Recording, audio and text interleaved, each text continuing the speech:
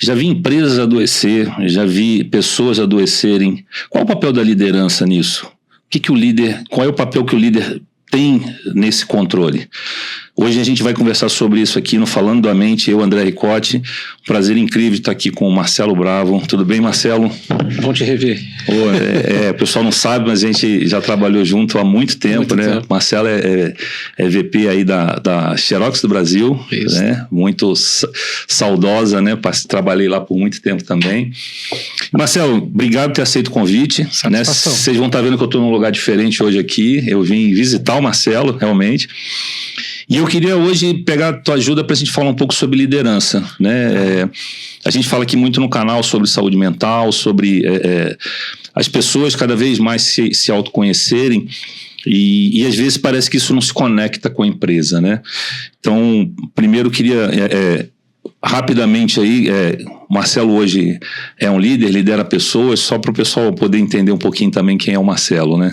Bom, hoje eu estou responsável na Xerox pela estrutura de contas enterprise ou grandes contas. São contas que a gente tem diretamente, são grandes marcas, aproximadamente aí um grupo de mais de uma centena de contas.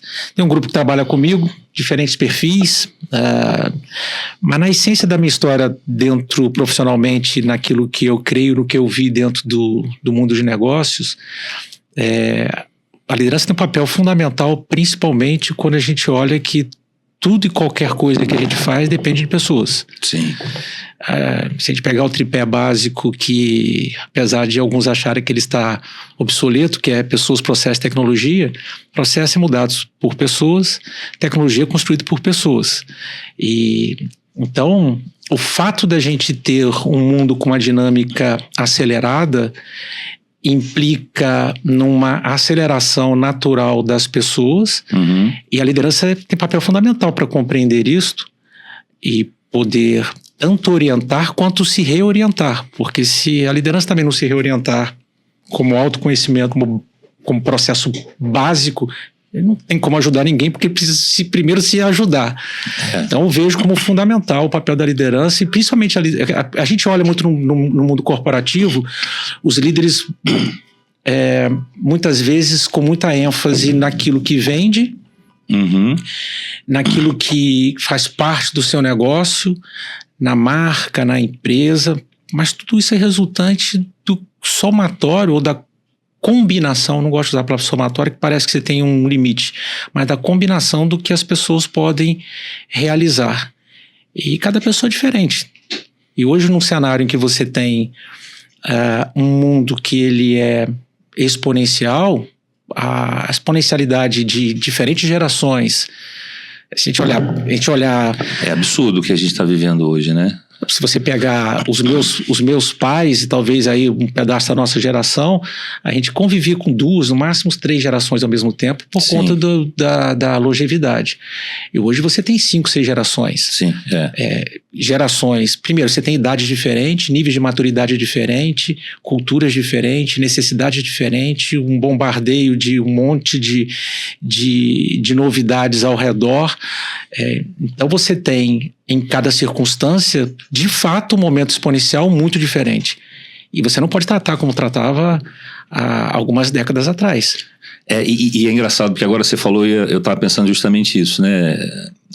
Vou colocar nós, porque está muito ligado até um pouco à nossa época também, quando eu entrei também estava entrando no mundo corporativo, né? E o modelo de liderança, ele era aquele modelo meio duro, né? Tinha que ser forte, autocrático para trazer resultado. Infelizmente, eu vou dizer que eu acho que não mudou tanto, mas o problema é que não dá para ser mais só por esse caminho, né? As metas continuam existindo, as necessidades continuam existindo, mas o que a gente tem visto é que esse caminho só não funciona mais, né? Não sei se você concorda. A gente tem uma transição acontecendo. Eu gosto de olhar sob uma ótica que talvez fique mais fácil das pessoas compreenderem.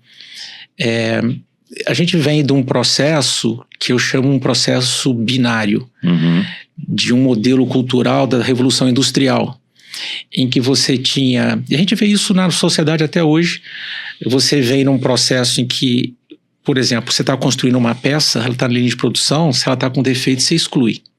A gente fez isso o tempo todo na sociedade. Sim, excluiu as mulheres, excluiu os negros, excluiu os pobres, excluiu todos aqueles que não estão num padrão pré-definido.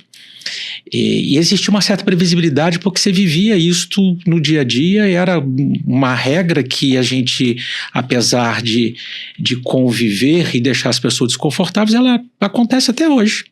Tá? Você vê a questão de gênero. Quando você vai para um grupo de geração com muito mais probabilidade, você sai de uma situação binária, que é certo ou errado, preto ou branco, 0 ou 1, você vai para uma probabilidade muito maior. Então você passa a conviver hoje com questões que você não convivia lá atrás. Uhum. Então, no modelo que você definia certo ou errado, uma liderança autocrática ainda tinha um certo papel que falava, está certo ou está errado. Quando você vai para um modelo que você precisa ser adaptativo recorrentemente, já não existe mais certo ou errado, porque o que é certo hoje mudou de uma hora para outra. Apareceu uma nova tecnologia, ou você tem um determinado comportamento diferente decorrente da tecnologia ou vice-versa, você precisa se posicionar de forma diferente. Você vai excluir, e talvez as pessoas não certamente as pessoas que me conhecem sabem, mas quem não me conhece, eu tenho um filho, eu tive um filho, meu filho faleceu há pouco tempo, que é Asperger, que é autista. Uhum.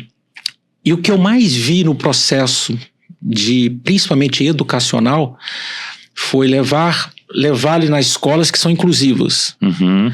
Eu já falei isso em alguns outros lugares, mas assim, o processo de inclusão é trazer alguém que é diferente para o padrão, para o binário. Para que ele não se sinta diferente.